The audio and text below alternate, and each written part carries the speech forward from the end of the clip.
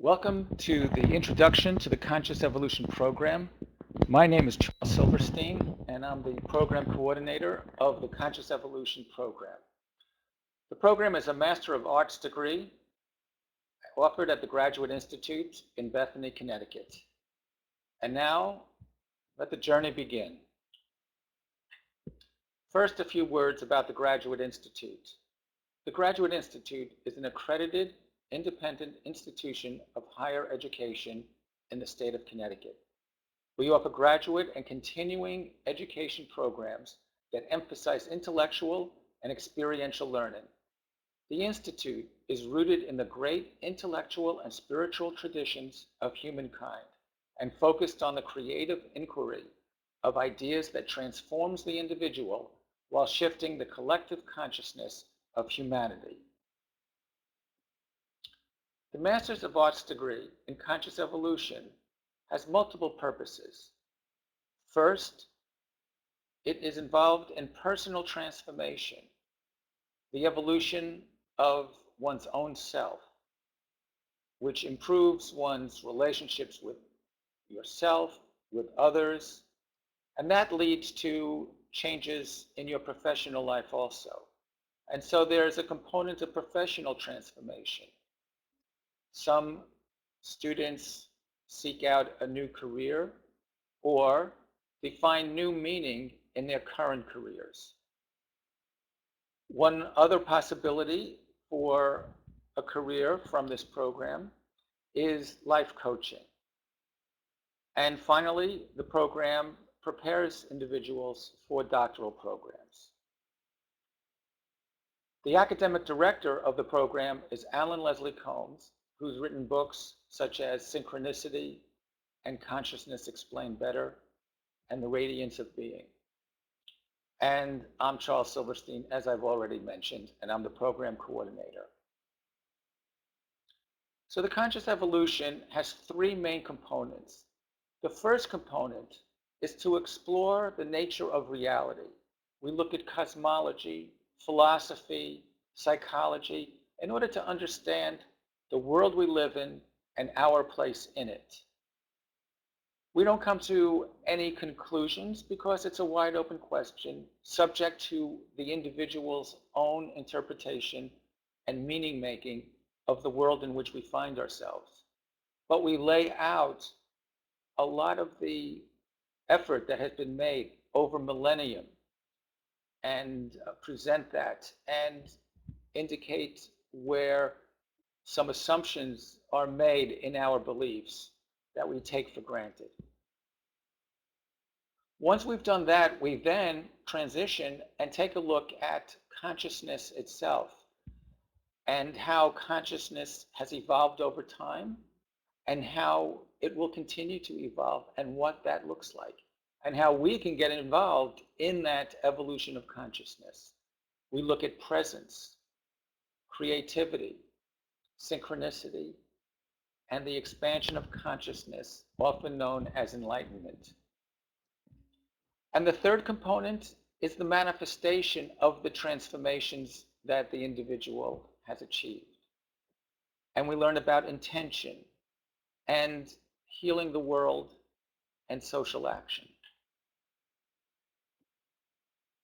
So we begin the program by looking at cosmology and philosophy, as we just said, but we also look at the beginning of the program at Ken Wilber's integral psychology and integral spirituality, because he provides a roadmap and a synchronization of many of the developmental psychologists' point of view about the evolution of consciousness. One developmentalist that Ken Wilber relies on to a great extent is Robert Kegan's work. I did my dissertation on Robert Kegan's work, and so we spent some time on Robert Kegan's theory of the evolving self and immunity to change. Ken Wilber himself referred to Robert Kegan as everybody's favorite developmentalist, including his. This chart is a bit busy. I don't mean to look at it in detail, but what I want to just show you is that along the vertical axis, you have levels of consciousness, and along the horizontal axis, you have the different theorists, spiral dynamics, Robert Kegan's orders of consciousness, John Gebser's worldviews, Fowler's stages of faith, and Cook-Reuter's model of development. And so we look at these different models, and then we do what we can in order to accelerate our development along these lines. Once again, Alan Leslie Combs is the academic director, and these are a few of the books that he's written. He's also begun a new group called the Society for Consciousness Studies. And so he comes out and visits with us a couple of times a year, an excellent resource for all of us. Alan Combs collaborated with Ken Wilber and developed what is now known as the Wilber-Combs lattice, which shows the distinction between stages of consciousness and states of consciousness. And this gets into a bit of detail, so if you join us in the program, you will be able to explore this with us. We look at what science has to say about new paradigms. And so we look at Ervin Laszlo's Science in the Akashic Field. We look at Rupert Sheldrake's theories of extended mind and morphic resonance. We look at the quantum mechanics relationship to consciousness. And finally, we look at the holographic universe and the self-aware universe, two of my favorite books. We then read books that tell us how to apply the new sciences to real-life situations, both professionally and personally. And these are a few of the books that we use for that purpose. We look at the evolution of worldviews. And this is, to some extent, taken from Jean Gebser's work. There was the magic stage, and then humankind evolved to the mythic, where you had the great stories that we find in sacred literature. And then came, during the Renaissance and afterwards, the mechanistic age, where humankind began to get a deeper understanding of the relationship between mathematics and the physical world. But now, due to a number of scientific factors, we seem to be moving to a new worldview. We seem to be going beyond the mechanistic worldview. The mechanistic worldview is often referred to as the Newtonian worldview. And quantum physics and other developments in mathematics has shown us that we don't live in a Newtonian world. We live in a non-local universe, which can be complicated to explain in this short presentation. So we look at the different emerging worldviews that seem to be coming forth. We look at the integral worldview, championed by Ken Wilber.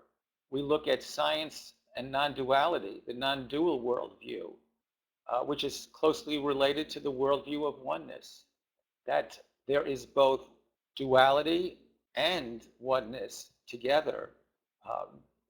And then finally, we take a look at the worldview of the living universe, the understanding that this whole universe is alive, and it's not just an inanimate earth that we live on, that we can extract all that we want without caring about the environment. So these are the worldviews that we look at and see where we might be going. Now, in order to accelerate our evolution of consciousness, it's important to engage in some sort of practice. And so we learn about meditation and the importance of the embodied meditation. We learn about the importance of bringing the unconscious into awareness. based on the depth psychology of Carl Jung. Carl Jung was interested in Neoplatonism, Gnosticism, Kabbalah, and we look at all of those ancient traditions.